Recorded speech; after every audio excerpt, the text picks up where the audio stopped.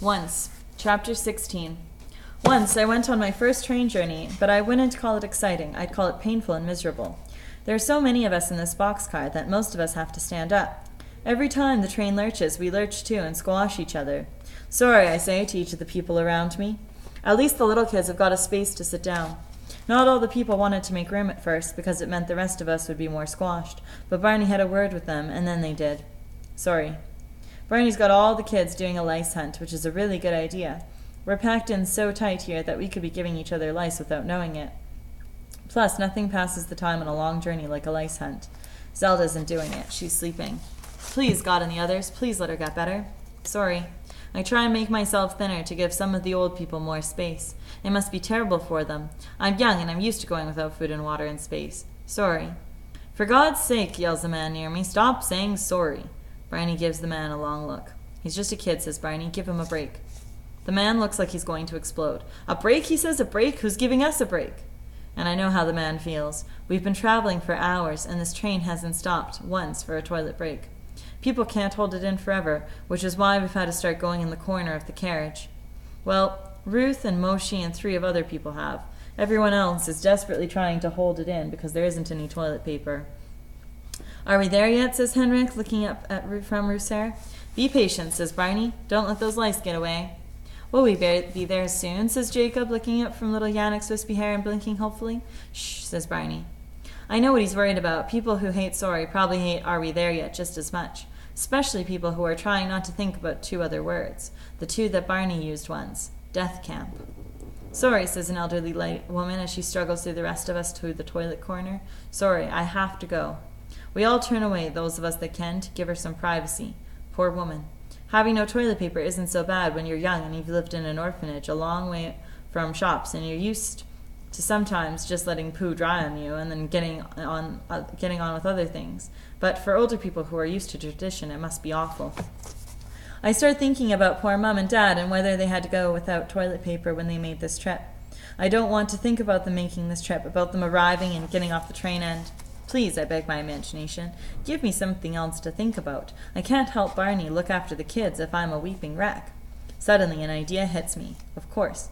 I reach into my shirt and after a struggle because a couple people's elbows are in my chest, I manage to pull up my notebook and rip out a couple of blank pages. Here, I say to the woman in the corner, use this. The other people pass it over to her and when she sees what it is, she starts crying. It's all right, I say, I haven't written on it. Barney squeezes my arm. Well done, Felix, he says. Lots of other people hold out their hands for toilet paper, and I rip pages out for them as well. Now I've only got pages left with stories on them. Stories I wrote about Mom and Dad. I look over at the people crouching in the corner, at the relief on their faces. Mom and Dad would understand. I rip the rest of pages out of my notebook, and wriggle past everyone to the toilet corner. I grab a metal bolt poking out of the plank on the wall, and I push the bolt through the pages. It'll hang there, and people can tear off a page or 2 as they need them. The bolt comes away in my hands. The wooden plank is rotten. I kick at it, and part of my foot goes through. Barney, I yell. People are looking at what I've done. A couple of men pull my foot out of the plank and start kicking the woods themselves.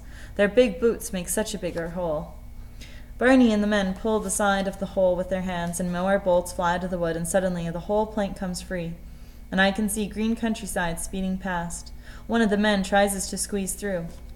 Wait, says Barney, we need to make the hole bigger. If you roll out, you'll fall on the track. You need to be able to jump clear. Everyone squashes back to give Barney and the men more room. Barney jams the plank into the hole, and the men push until their faces are bulging. A second plank splinters, and the men kick it out. They do the same with the third. That's enough, yells one of the men. He takes a couple of steps back and dives through the hole. The second man follows. Come on, yells someone else, we're free. More people fling themselves through the hole. I grab Barney. Won't the Nazis stop the train and catch them? Barney shakes his head. They won't be able to let anything interfere with their timetable, he says. They don't need to. We all freeze startled as gunshots echo through the train. Lots of gunshots. They've got machine guns on the roof, says Barney, hugging the little kids. Easier for them than stopping the train. People are peering out of the hole, trying to see what happened to those who jumped. Look, screams a woman. Some of them have made it. They're running into the woods. They're free. I grab Barney again. We've got to risk it, I say. I can see Barney doesn't agree. I can see why. Henrik and Yannick are in tears. Ruth and Jacob are clinging to each other, terrified. Moshi has stopped chewing his wood. I crouch down and in a calm as voice as I can, I tell them a story. It's a story about kids who jump off the train and land in a soft meadow, and a farmer comes and takes them home, and they live happily on the farm with his family and get very good at growing vegetables. In the year 1972, they invent a carrot that cures all illnesses. I pull Zelda's carrot out of my pocket to show them it's possible, but I can see that most of them aren't convinced. Felix, says Barney, if you want to risk it, I won't stop you, but I have to stay with the ones who don't want to. No, I says, pleading, we all have to jump. I don't want to, says Ruth, clinging to Barney. I don't want to, says Jacob. I don't want to, says Henrik. I don't want to, says Yannick. It's no good. I know I'm not going to change their minds. You can't force people to believe a story. And I can see Barney isn't going to try. Some people would make kids risk machine gun bullets and broken necks when they don't want to, but not Barney. I want to, says a voice, and a warm hand squeezes mine. It's Zelda. Are you sure, says Barney, feeling her forehead. Yes, says Zelda. You're sick, says Ruth. I'm better, says Zelda. Barney looks like he's not sure. She wants to risk it, Barney, I say. See, says Zelda. Felix knows. Shia hands little Yannick to Barney. I want to risk it too, she says. Barney looks at her for a moment. All right, he says quietly. Anyone else?